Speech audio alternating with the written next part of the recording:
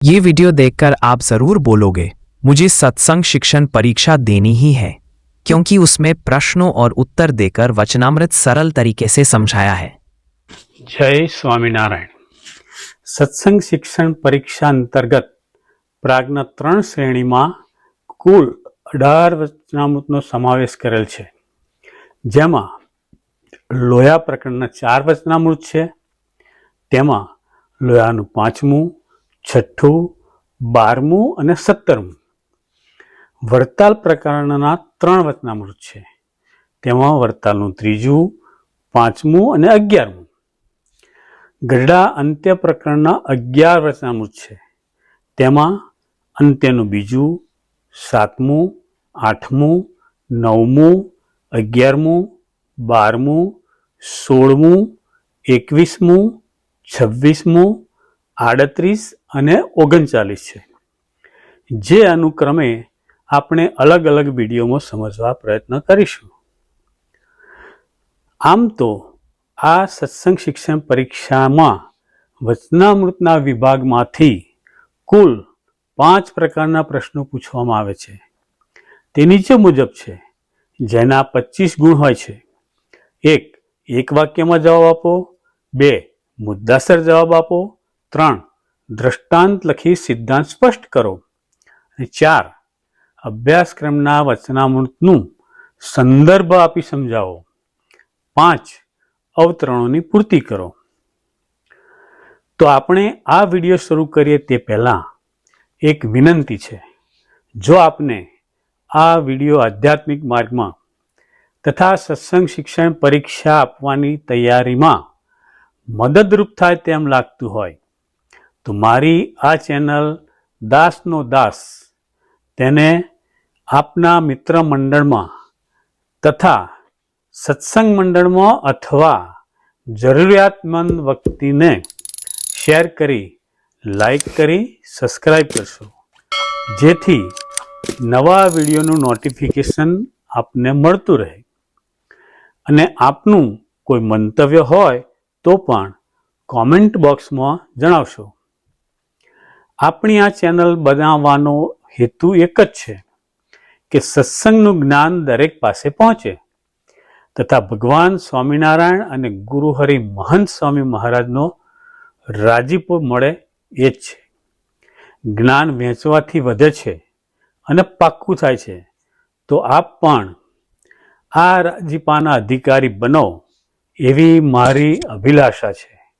તો આપણે સૌથી પહેલાં સદગુરુ સંતોના મુખથી વચનામૃતો સાંભળીશું. ત્યારબાદ તેમાંથી પૂછાતા પ્રશ્નો અને ઉત્તરો સમજવા પ્રયત્ન કરીશું. સ્વામિનારાયણ હરે વચનામૃત ગઢડા અંત્ય પ્રકરણનું 39મું વિશલ્યકરણી ઔષધિનું. સ્વામિનારાયણ હરે સંવત 1886 અષાઢવદી 10મીને દિવસ શ્રીજી મહારાજ શ્રી ગઢડા મધ્યે દાદા કાચના દરબારમાં ઉગમણે દ્વાર ઓરડાની ઓસરીએ વિરાજમાન હતા ને સર્વ શ્વેત વસ્ત્ર ધારણ કર્યા હતા ને પોતાના મુખારવિંદની આગળ પરમહંસ તથા દેશ દેશના હરિભક્તની સભા ભરાઈને બેઠી હતી. પછી શ્રીજી મહારાજે સર્વ પરમહંસ તથા સર્વ સત્સંગી આગળ વાર્તા કરી છે. ભગવાનની માયા તે કઈ છે? તો દેહને વિશે અહમ બુદ્ધિ ને દેહ સંબંધી પદાર્થને વિશે મમત્વ બુદ્ધિ એ જ માયા છે. તે એ માયાને ટાળવી અને એ માયાને જેણે ટાળી તે માયાને તરો કહેવાય. અને એ માયાને ટાળીને ભગવાનના પ્રીતિ કરવી એટલો સર્વશાસ્ત્રનો સિદ્ધાંત છે. તેને આ જ સમજો કે ઘણે દિવસે કહીને સમજો. અને હનુમાન, નારદ, પ્રહલાદ એ જે મોટા મોટા ભગવાનના ભક્ત તેમણે પણ ભગવાન પાસે એમ જ માગ્યું છે જે અહમ મમત્વરૂપ માયા થકી રક્ષા કરજો અને તમારી વિશે પ્રીતિ થજો. અને એ માયાને તર્યા હોય ને તમારી વિશે પ્રીતિવાળા હોય એવા જે સાધુ તેનો સંગ થજો અને સાધુને વિશે હેતને મમત્વ થજો. માટે આપણે પણ એમ કરવું ને એમ માગવું અને એનો શ્રવણ, મનન, નિધિધ્યાસ કરવો. અને ભગવાનનો જે ભક્ત હોય તેને આત્મનિષ્ઠાનું બળ તથા ભગવાનના મહાત્માનું બળ એ 2 બળ જોઈએ. તે આત્મનિષ્ઠા તે શું? તો પોતાના આત્માને દેહથી પૃથક જાણવો અને સાધુ ભેળા રહેતા હોઈએ તેમાં પરસ્પર કોઈક નિમિત્તે બોલાચાલી થાય તથા કોઈક જાતનો અહમમત્વ થાય તથા માન, ક્રોધ, સ્વાદ, લોભ, કામ, મત્સર, ઈર્ષા એ આદિક અવગુણની પ્રવૃત્તિ થાય, ત્યારે જો આત્મા પોતાને ના જાણતા હોઈએ તો સાધુનો અવગુણ આવે, તેમાંથી એનું બહુ ભૂંડું થાય. માટે પોતાને દેહથી પૃથક આત્મા જાણવો. અને તે આત્મા છે તે બ્રાહ્મણ નથી, ક્ષત્રિય નથી, કણબી નથી, કોઈનો દીકરો નથી, કોઈનો બાપ નથી, એની કોઈ જાત નથી, નાત નથી, એવો છે. અને આત્મા તો સૂર્ય તથા અગ્નિ જેવો તેજસ્વી છે ને જાણપણે યુક્ત છે. અને તે અગ્નિની જ્વાળા તથા સૂર્યના કિરણ તે તો જળ છે. કેમ જે તેને આંગળી અડાડીએ તો ખસે નહીં, અને કીડી હોય ને તેને આંગળી અડાડીએ તો ખસીને અવરી ચાલે. માટે આત્મા તે જાણપણે યુક્ત છે. અને એને સૂર્ય અગ્નિ જેવો કહીએ છીએ તે તો એનો આકાર એવો તેજસ્વી છે તે માટે કહીએ છીએ. અને આત્મા અનેક યોનિને પામ્યો છે. અને એમ કહેવાય છે જે જેટલું સમુદ્રનું પાણી છે તેટલું એ જીવ પોતાની માતાનું દૂધ ધાવ્યો છે. અને ત્યાં ત્યાં અનેક પ્રકારે મરાણો છે તો પણ મર્યો નથી. જેવો છે તેઓને તેવો જ છે. અને એ અજ્ઞાન અવસ્થામાં પોતાને દેહરૂપ માનતો હતો ત્યારે પણ ન મર્યો. તો હવે આપણે એનું જ્ઞાન થયું ત્યારે તો એ કેમ મરશે? એવો જે આત્મા તેને પોતાનું સ્વરૂપ માનવું. અને ભગવાનનું મહાત્મ્ય કેમ જાણવું? તો ભગવાન છે તે અનેક બ્રહ્માંડના રાજાધિરાજ છે. અને જે બ્રહ્માંડના એ રાજા છે તે બ્રહ્માંડની પણ ગણતી નથી. તે કહ્યું છે જે દ્યુપત એવ તેન યયુરંતમ અનંતતયા તમપેયદંતરાણ નિચયા નનુ સાવર્ણઃ. અને તે એક એક બ્રહ્માંડમાં બ્રહ્મા, વિષ્ણુ, શિવ હોય તથા 7 દ્વીપ, 7 સમુદ્ર, મેરુ, લોકાલોક આદિક પર્વત તેણે યુક્ત પૃથ્વીની રચના હોય તથા 14 લોકની રચના હોય તથા અષ્ટ આવરણની રચના હોય ઇત્યાદિક સામગ્રીએ સહિત જે અનેક બ્રહ્માંડ તેના રાજા ભગવાન છે. અને જેમ આ પૃથ્વીનો ચક્રવર્તી રાજા હોય ને તે રાજાના જે ગામડા તે તો ઘણા એવા હોય તો પણ તેની કેટલી મોટપ જાણવામાં આવે છે. અને ભગવાનને તો એવા બ્રહ્માંડની પણ ગણતી નથી. માટે ભગવાનની તો બહુ જ મોટપ છે. અને તે બ્રહ્માંડને વિશે આ જીવ છે તે ભગવાનની આગળ શા લેખામાં છે? કાંઈ નથી, અતિ તુચ્છ છે. અને તે ભગવાને એ બ્રહ્માંડ વિશે પંચ વિષય સંબંધી સુખ જીવોને આપ્યું છે. તે સુખ કેવું છે? તો એ સુખને સારું કેટલાક પોતાના માથા કપાવે છે એવું મહાદુર્લભ જેવું જણાય છે. ત્યારે પોતાની મૂર્તિમાં તથા પોતાના ધામમાં જે સુખ છે તે તો બહુ ભારે છે. અને પ્રાકૃત વિશે સુખ છે તે તો અન્ય પદાર્થને આશ્રીને રહ્યું છે તથા પૃથક પૃથક છે. અને જે ભગવાન છે તે તો સર્વ સુખ માત્રના રાશિ છે. ને ભગવાન સંબંધી જે સુખ છે તે અવિનાશી છે ને મહાઅલૌકિક છે. અને જેમ કોઈક ભારે ધનાઢ્ય ગ્રસ્ત હોય તે પોતાના ઘરમાં અનેક પ્રકારના ભોજન જમતો હોય ને તે જમીને ઉચ્છિષ્ટ કાંઈક બટકું રોટલો વધે તે કૂતરાને નાખે ત્યારે તે અતિશય તુચ્છ કહેવાય ને પોતે જમતો હોય તે મહાસુખમય કહેવાય. તેમ ભગવાને બ્રહ્માંડને વિશે અનેક જીવોને પંચ વિષય સંબંધી સુખ આપ્યું છે.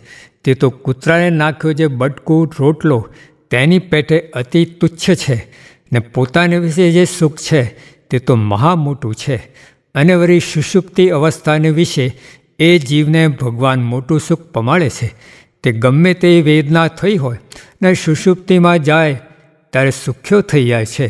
અને વળી એ ભગવાનના ચરણકમળની રજને બ્રહ્મા, શિવ, લક્ષ્મીજી, રાધાજી, નારદ, શુક સનકાદિક, નવયોગેશ્વર એવા મોટા છે તે પણ પોતાના મસ્તક ઉપર ચડાવે છે. ને માનને મૂકીને એ ભગવાનની નિરંતર ભક્તિ કર્યા કરે છે.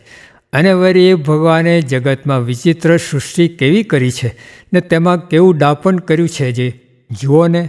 માણસમાંથી માણસ થાય છે, પશુમાંથી પશુ થાય છે, ઝાડમાંથી ઝાડ થાય છે, કીડામાંથી કીડો થાય છે. અને માણસના અંગમાંથી કોઈક અંગનો ભંગ થઈ ગયો હોય ને ગમે તેવો ડાયો હોય તો પણ એ અંગને તેવું ને તેવું કરવાની સમર્થ કોઈ રીતે ન જ થાય.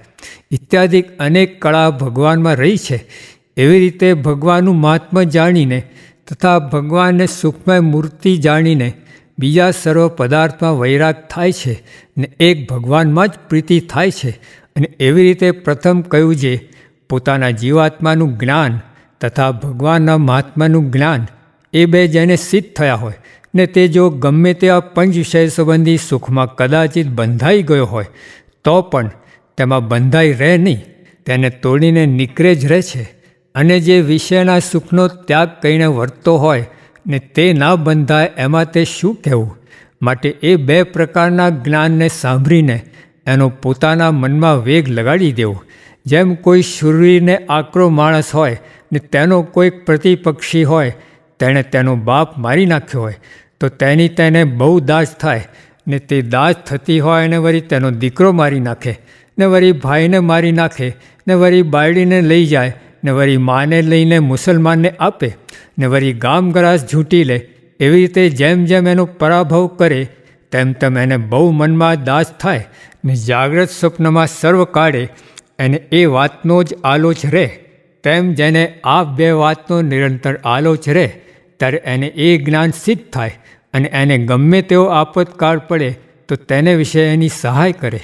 અને જેમ વિશલ્યકરણી ઔષધિ લાવીને હનુમાનજીએ રામચંદ્રને પીવાડી ત્યારે જે દેહમાં શલ્ય લાગ્યા હતા તે સર્વે એની મેરે દેહથી બહાર નીકળી ગયા. તેમ જેને આ બે વાત મનમાં લાગી ગઈ હોય તેને ઇન્દ્રિયોને વિષય ભોગની ઈચ્છા રહી છે એ શલ્ય છે તે સર્વ નીકળી જાય. કહેતા વિષય ભોગમાંથી એની ઇન્દ્રિયોની વૃત્તિ નીકળીને એક ભગવાનમાં વર્ગે. અને સત્સંગી પણ એને જ કહીએ કેમ જે સત્યરૂપ એવો જે પોતાનો આત્મા તથા સત્યરૂપ એવા જે ભગવાન તેનો જેને આવી રીતે સંગ થયો તેને સત્સંગી કહીએ. અને આ બે પ્રકારે જે વાર્તા છે તેને દૈવી જીવ સાંભળે ત્યારે તેના હૃદયમાં લાગીને રગરગમાં પ્રવૃત્તિ જાય. અને જે આસુરી જીવ હોય ને તે સાંભળે ત્યારે તેને તો કાનથી બહાર જ નીકળી જાય પણ હૃદયમાં ઉતરે નહીં. જેમ શ્વાન હોય ને તે ખીર ખાય તે તેના પેટમાં રહે જ નહીં, વમન થઈ જાય. ને ખીર જેવું કાંઈ ભોજન સરસ ન કહેવાય તો પણ તે શ્વાનના પેટમાં રહીને રગરગમાં પ્રવર્તે નહીં. ને તે ખીરને માણસ ખાય ત્યારે તેને પેટમાં રહે ને રગરગમાં પ્રવર્તે ને બહુ સુખ થાય. તેમ શ્વાન જેવો જે આસુરી જીવ તેના હૃદયમાં તો આ વાત પેસે જ નહીં ને માણસ જેવો જે દૈવી જીવ તેના હૃદયમાં ઉતરે ને રગરગમાં વ્યાપી જાય. અને વળી જે ભગવાન છે તે જેવા તો એ એક જ છે. અને ભગવાનને ભજી ભજીને ઘણા ભગવાનના સાધર્મપણાને પામ્યા છે તો પણ તે ભગવાન જેવા તો થતા જ નથી. અને જો એ ભગવાન જેવા જ થાય તો ભગવાન ઘણા જ થાય. ત્યારે તો જગતની સ્થિતિ તે એક જાતની જ ન રહે. કેમ જે એક ભગવાન કહેશે હું જગતની ઉત્પત્તિ કરીશ ને બીજો કહેશે હું જગતનો પ્રલય કરીશ. અને વળી એક ભગવાન કહેશે હું વરસાદ કરીશ ને બીજો કહેશે હું નહીં કરું. ને એક કહેશે હું માણસના ધર્મ પશુમાં કરીશ અને બીજો કહેશે હું પશુના ધર્મ માણસમાં કરીશ. એવી રીતે સ્થિતિ ના રહે. અને આ તો જુઓ ને જગતમાં કેવી રીતે બરાબર અદલ પ્રમાણે સર્વત્ર ક્રિયાની પ્રવૃત્તિ થાય છે પણ તલભાર પણ ફેર પડતો નથી. માટે સર્વ ક્રિયાના પ્રવર્તાવનારા ને સર્વના સ્વામી એક જ ભગવાન છે. તથા ભગવાન સંગાતે બીજાને દાવ બંધાય એમ પણ જણાતું નથી. માટે ભગવાન તે એક જ છે પણ બીજો એ જેવો થતો નથી. અને આ સર્વે વાત કરી તે થોડીક છે પણ એમાં સર્વે વાત આવી ગઈ. અને આ વાતનું જે રહસ્ય છે તે જે ડાયો હોય તેને સમજાય પણ બીજાને સમજાય નહીં.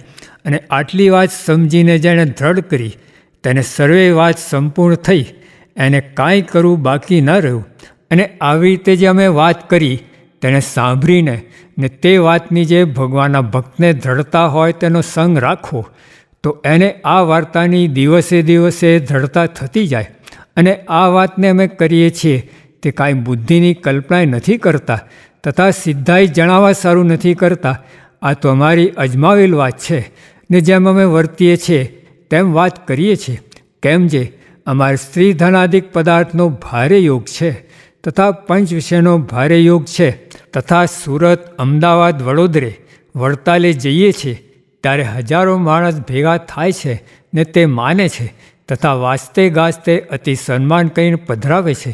તથા ત્યાં ભારે ભારે જાયગાઓ જોવામાં આવે છે. તથા ભારે વસ્ત્ર વાહનાદિકનો યોગ થાય છે એ સર્વે છે. તથાપિ પોતાના આત્મા સામી દ્રષ્ટિ કરીએ છીએ તથા ભગવાનના મહાત્મા સામી દ્રષ્ટિ કરીએ છીએ ત્યારે સર્વેનું અતિ તુચ્છપણું થઈ જાય છે ને એમાં કોઈ ઠેકાણે બંધાઈ જવાતું નથી. ને પૂર્વદેહની જેમ વિસ્મૃતિ છે તેમ એ સર્વેની વિસ્મૃતિ થઈ જાય છે. માટે એ બે વાત અમારે સિદ્ધ થઈ છે તે સારું એમ અમારે વર્તાય છે. અને બીજો પણ જો એ બે વાતને સિદ્ધ કરે તો તેને કદાચિત એવો કોઈક યોગ થઈ જાય તો પણ એને એમ વર્તાય. માટે આ વાત અવશ્ય સમજવાની છે. એવી રીતે શ્રીજી મહારાજે કૃપા કહીને બીજાને સમજાવવા સારું પોતાનું વર્તન લઈને વાર્તા કરી ને પોતે તો સાક્ષાત શ્રી પુરુષોત્તમ નારાયણ છે. ઇતિ વચનામૃતમ. એવી રીતે ગઢડા અંત્ય પ્રકરણનું 39મું વચનામૃત જે તે થયું. પ્રથમ પ્રશ્નમાં એક સંપૂર્ણ વાક્યમાં જવાબ લખવાના હોય છે. તેમાં 4 પ્રશ્ન પૂછવામાં આવે છે. દરેકનો એક ગુણ હોય છે. તો આ વચનામૃતમાંથી કેવા પ્રશ્ન પૂછી શકાય તે જોઈએ. પ્રશ્ન 1, માયા શું છે? તો જવાબ, દેહને વિશે અહમ બુદ્ધિ ને દેહ સંબંધી પદાર્થને વિશે મમત્વ બુદ્ધિ એ જ માયા છે. પ્રશ્ન 2, સર્વશાસ્ત્રનો શો સિદ્ધાંત છે? જવાબ, એ માયાને ટાળીને ભગવાનમાં પ્રીતિ કરવી એટલો સર્વશાસ્ત્રનો સિદ્ધાંત છે. પ્રશ્ન 3, નિત્ય ભગવાન આગળ શ્રી પ્રાર્થના કરવી? જવાબ, અહમ મમત રૂપ માયા થકી રક્ષા કરજો અને તમારે વિશે પ્રીતિ થજો. અને એ માયાને તર્યા હોય ને તમારે વિશે પ્રીતિવાળા હોય એવા જે સાધુ તેનો સંગ થજો અને સાધુને વિશે હેત ને મમત્વ થજો. પ્રશ્ન 4, ભગવાનના ભગતને કયા 2 બળ જોઈએ? જવાબ, આત્મનિષ્ઠાનું બળ તથા ભગવાનના મહાત્માનું બળ એ 2 બળ જોઈએ. પ્રશ્ન 5, આત્મા કેવો છે? જવાબ, આત્મા તો સૂર્ય તથા અગ્નિ જેવો તેજસ્વી છે ને જાણપણ યુક્ત છે. પ્રશ્ન 6, ભગવાને બ્રહ્માંડને વિશે જીવને કયું સુખ આપ્યું છે? જવાબ, ભગવાને બ્રહ્માંડને વિશે અનેક જીવોને પંચ વિષય સંબંધી સુખ આપ્યું છે. પ્રશ્ન 7, શ્રીજી મહારાજે કહેલી આત્મા અને પરમાત્માના જ્ઞાનની વાત મનમાં લાગી જાય તો શું થાય છે? જવાબ, વિષય ભોગમાંથી એની ઇન્દ્રિયોની વૃત્તિ નીકળીને એક ભગવાનમાં જ વળગે. હવે બીજા પ્રશ્નમાં કોઈ પણ 2ના મુદ્દાસર જવાબ લખવાના હોય છે. તો આ વચનામૃતમાંથી કેવા પ્રશ્ન પૂછી શકાય તે જોઈએ. પ્રશ્ન 1, ગઢડા અંત્ય 39 પ્રમાણે 2 વાત જેના મનમાં લાગી ગઈ હોય તેની વૃત્તિ શેમાં વળગે અને એને કેવો કહીએ? જવાબ, ગઢડા અંત્ય 39 પ્રમાણે 2 વાત જેના મનમાં લાગી ગઈ હોય તેને ઇન્દ્રિયોને વિષય ભોગવવાની ઈચ્છા રહી ગઈ છે એ શક્ય છે તે સર્વ નીકળી જાય કહેતા વિષય ભોગમાંથી એવી ઇન્દ્રિયોની વૃત્તિ નીકળીને એક ભગવાનમાં વળગે અને સત્સંગી પણ તેને જ કહીએ. કેમ જે સત્પુરુષ એવો જે પોતાનો આત્મા તથા સત્પુરુષ એવા જે ભગવાન તેને જેનો આવી રીતે સંગ થયો તેને સત્સંગી કહીએ. પ્રશ્ન 2, અંત્યના 39 પ્રમાણે અવશ્ય સમજવાની વાત કઈ છે? જવાબ, દેહને વિશે અહમ બુદ્ધિ ને દેહ સંબંધી પદાર્થને વિશે મમત્વ બુદ્ધિ એ જ માયા છે. એ માયાને ટાળવી અને એ માયાને જેણે ટાળી તે માયાને તર્યો કહેવાય. અને એ માયાને ટાળવી ને ભગવાનમાં પ્રીતિ કરવી એટલો સર્વશાસ્ત્રનો સિદ્ધાંત છે. તેને આજ સમજો કે ઘણે દિવસે કરીને સમજો. હવે ત્રીજા પ્રશ્નમાં એક દ્રષ્ટાંત લખી તેનો સિદ્ધાંત સ્પષ્ટ કરવાનો હોય છે. તે પણ 4 થી 5 લીટીમાં. તો આ વચનામૃતમાંથી કેવા પ્રશ્ન પૂછી શકાય તે જોઈએ. પ્રશ્ન 1, કીડીના દ્રષ્ટાંતે આત્માનું જાણપણું. દ્રષ્ટાંત, અને એ આત્મા તો સૂર્ય તથા અગ્નિ જેવો તેજસ્વી છે ને જાણપણ યુક્ત છે અને તે અગ્નિની જ્વાળા તથા સૂર્યના કિરણ તે તો જળ છે. કેમ જે તેને આંગળી અડાડીએ તો ખસે નહીં ને કીડી હોય તેને આંગળી ડાળીએ તો ખસીને અવરી ચાલે. માટે આત્મા તે જાણપણયુક્ત છે અને એને સૂર્ય અગ્નિ જેવો કહીએ છીએ. તે તો તેનો આકાર એવો તેજસ્વી છે માટે કહીએ છીએ. સિદ્ધાંત: શ્રીજી મહારાજે આત્માની વિશેષ સમજ આપતા શિક્ષાપત્રીના 116મા શ્લોકમાં કહ્યું છે, નિજાત્માનમ બ્રહ્મરૂપમ. માટે આપણે પણ દેહને પોતાનું સ્વરૂપ ન માનતા આત્માને જ પોતાનું સ્વરૂપ માનવું. પ્રશ્ન 2.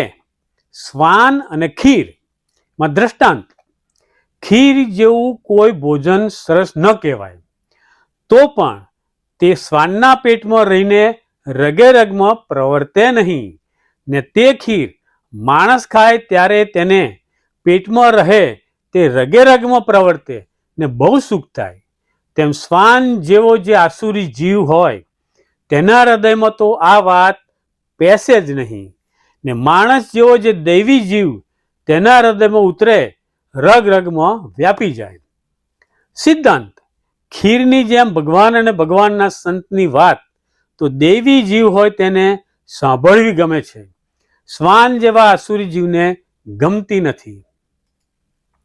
પ્રશ્ન 3. ચક્રવર્તી રાજાના દ્રષ્ટાંતે પરમેશ્વરનો મહિમા. દ્રષ્ટાંત: જેમ આ પૃથ્વીનો ચક્રવર્તી રાજા હોય ને તે રાજાના જે ગામડા તે તો ગણાય એવા હોય તો પણ તેની કેટલી મોટપ જાણ્યામાં આવે છે. અને ભગવાનને તો એવા બ્રહ્માંડની પણ ગણતી નથી. માટે ભગવાન તો બહુ જ મોટપ છે અને તે બ્રહ્માંડને વિશે આ જીવ છે તે ભગવાનની આગળ સાલેખામાં છે. સિદ્ધાંત: જેમ પૃથ્વીના ચક્રવર્તી રાજાને પોતાના રાજ્યમાં આવેલા ગામડાની ગણતરી નથી, તેમ ભગવાનને એવા બ્રહ્માંડોની ગણતરી નથી. બ્રહ્માંડો રાજાના રાજ્યમાં આવેલા ગામડા જેવા છે. એના ઉપરથી આપણે ભગવાનના સુખની ગણતરી કરીએ તો ભગવાનનું મહાત્મ્ય સમજાય અને પંચ વિષયમાંથી આસક્તિ ટાળી શકાય અને ભગવાનમાં જ વૃત્તિ જોડાય તો ભગવાનની પ્રાપ્તિ થાય. પ્રશ્ન 4. વિશલ્યકરણી ઔષધિ. દ્રષ્ટાંત: જેમ વિશલ્યકરણી ઔષધિ લાવીને હનુમાનજીએ રામચંદ્રજીને પીવડાવી ત્યારે જે દેહમાં શલ્ય લાગ્યા હતા તે સર્વે એની મેળે દેહથી બહાર નીકળી ગયા. તેમ જે આ બે વાત મનમાં લાગી ગઈ હોય તેને ઇન્દ્રિયો વિષય ભોગમાંની ઈચ્છા રહિત તે શલ્ય છે તે સર્વે નીકળી જાય. કહેતા વિષય ભોગમાંથી એની ઇન્દ્રિયોની વૃત્તિ નીકળીને એક ભગવાનમાં વળગે અને સત્સંગી પણ એને જ કહીએ. સિદ્ધાંત: જીવે પોતાના જીવાત્માનું જ્ઞાન તથા ભગવાનના મહાત્માનું જ્ઞાન સિદ્ધ કરવું જોઈએ. જેણે કરીને ઇન્દ્રિયોને વિષય ભોગની ઈચ્છા રહી છે તે સર્વ શલ્ય નીકળી જાય છે અને વિષય ભોગમાંથી ઇન્દ્રિયોની વૃત્તિ નીકળીને એક ભગવાનમાં જ વળગે છે. પ્રશ્ન 5. ઉચ્છિષ્ટ બટકું રોટલો. દ્રષ્ટાંત: ભગવાને બ્રહ્માંડને વિશે અનેક જીવોને પંચ વિષય સંબંધી સુખ આપ્યું છે. તે તો કૂતરાને નાખ્યો જે બટકું રોટલો તેની પેટે અતિ તુચ્છ છે ને પોતાને વિશે જે સુખ છે તે તો મહા મોટું છે. સિદ્ધાંત: ભગવાને જીવોને પંચ વિષય સંબંધી જે સુખ આપ્યું તે તેમના સુખ આગળ કાંઈ જ નથી. પ્રશ્ન 6. હનુમાન, નારદ, પ્રહલાદના દ્રષ્ટાંતે ભગવાન પાસે માગવાની રીત. દ્રષ્ટાંત: અહમ મમતરૂપી માયા થકી રક્ષા કરજો ને તમારે વિશે પ્રીતિ થાજો ને માયાને તર્યા હોય ને તમારે વિશે પ્રીતિવાળા હોય એવા જે સાધુ તેનો સંગ થજો ને સાધુને વિશે હેત ને મમત્વ થજો. સિદ્ધાંત: દેહને વિશે અહમ બુદ્ધિ ને દેહના સંબંધીને વિશે મમત્વ બુદ્ધિ એ જ માયા છે અને એ માયાને ટાળવાની છે. એ માયાને ટાળવા ભગવાન અને ભગવાનના સંત અત્યંત જરૂરી છે. માટે તેની માગણી કરવી. હવે ચોથા પ્રશ્નમાં કોઈ પણ બે પ્રસંગો વચનામૃતના સંદર્ભનું પ્રમાણ આપી સમજાવવાના હોય છે. તો આ વચનામૃતમાંથી કેવા પ્રશ્ન પૂછી શકાય તે જોઈએ. પ્રશ્ન 1. જેણે રચ્યું આ જગત જોને જુજવી એ જાતનું રે. જવાબ. સંદર્ભ. એ ભગવાને જગતમાં વિચિત્ર સૃષ્ટિ એવી કરી છે કે તેમાં એવું ડાપણ કર્યું છે. જુઓ ને, માણસમાંથી માણસ થાય છે, પશુમાંથી પશુ થાય છે, ઝાડમાંથી ઝાડ થાય છે, કીડામાંથી કીડો થાય છે, અને માણસના અંગોમાંથી કોઈકનો અંગ ભંગ થયો હોય તો તે ગમે તેવો ડાયો હોય તો પણ એ અંગને તેવું ને તેવું કરવાને સમર્થ કોઈ રીતે થાય નહીં. ઇત્યાદિ અનેક કળા ભગવાનમાં રહી છે. સમજૂતી. આ કીર્તનમાં ભગવાનની સૃષ્ટિ રચવાની કળાની વાત કવિએ ખૂબીથી વર્ણવી છે. થોડા શબ્દમાં ભગવાનની રચનાનું સુંદર વર્ણન કર્યું. માનવી ગમે તેટલી શોધ કરે, વૈજ્ઞાનિક ગમે તેટલા પ્રયોગો કરે, પણ ભગવાનની રચના સામે વામણો પુરવાર થાય છે. હવે 5મા પ્રશ્નમાં અવતરણોની પૂર્તિ કરવાની હોય છે. તેમાં 3 અવતરણ પૂછવામાં આવે છે. તો આ વચનામૃતમાંથી કેવા અવતરણ પૂછી શકાય તે જોઈએ. અવતરણ 1. દેહને વિશે અહમ બુદ્ધિ ને દેહ સંબંધી પદાર્થને વિશે મમત્વ બુદ્ધિ એ જ માયા છે. તે એ માયાને ટાળવી અને એ માયાને જેણે ટાળી તે માયાને તર્યો કહેવાય. અને એ માયાને ટાળીને ભગવાનમાં પ્રીતિ કરવી એટલો સર્વશાસ્ત્રનો સિદ્ધાંત છે. તેને આજ સમજો કે ઘણે દિવસે કરીને સમજો. અવતરણ 2. ભગવાને બ્રહ્માંડને વિશે અનેક જીવોને પંચ વિષય સંબંધી સુખ આપ્યું છે. તે તો કૂતરાને નાખ્યો જે બટકું રોટલો તેની પેઠે અતિ તુચ્છ છે ને પોતાને વિશે જે સુખ છે તે તો મહા મોટું છે. અવતરણ 3. અને એવી રીતે પ્રથમ કહ્યું જે પોતાના જીવાત્માનું જ્ઞાન તથા ભગવાનના મહાત્મ્યનું જ્ઞાન એ 2 જેને સિદ્ધ થયા હોય ને તે જો ગમે તેવા પંચ વિષય સંબંધી સુખમાં કદાચિત બંધાઈ ગયો હોય તો પણ તેમાં બંધાઈ રહે નહીં, તેને તોડીને નીકળે જ રહે છે. અવતરણ 4. તેમ જેને આ 2 વાત મનમાં લાગી ગઈ હોય તેને ઇન્દ્રિયોને વિષય ભોગની ઈચ્છા રહી છે એ શલ્ય તે સર્વે નીકળી જાય. કહેતા વિષય ભોગમાંથી એની ઇન્દ્રિયોની વૃત્તિ નીકળીને એક ભગવાનમાં વળગે અને સત્સંગી પણ એને જ કહીએ. અવતરણ 5. વળી જે ભગવાન છે તે જેવા તો એ એક જ છે અને ભગવાનને ભજીને ઘણા ભગવાનના સાધર્મ્યપણાને પામ્યા છે તો પણ ભગવાન જેવા તો થતા જ નથી. Jai Swaminarayan. Thank you for watching video.